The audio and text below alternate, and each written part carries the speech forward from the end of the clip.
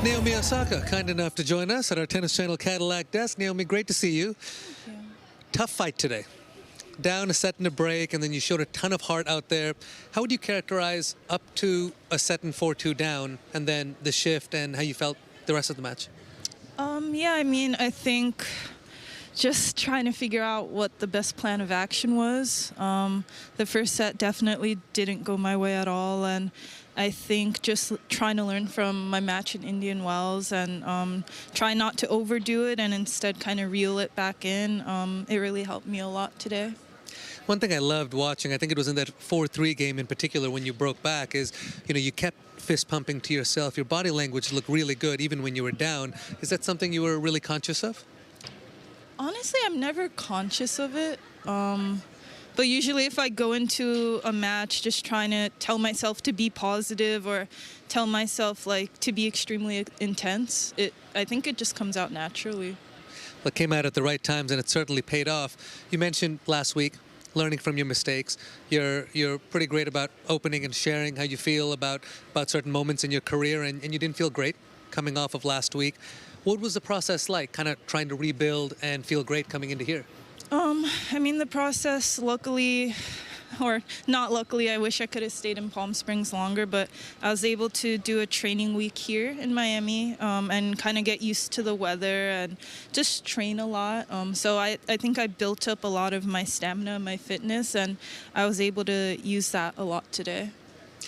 Certainly came out because it got hot at points out there. This, in a sense, has felt like a bit of a home tournament for you. You've had great success here. You've made the final.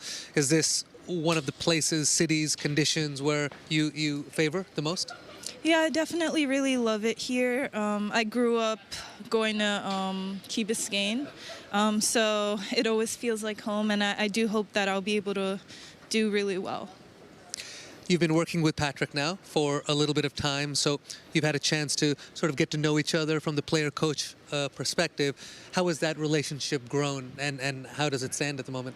Yeah, he's a really good coach and a really interesting guy.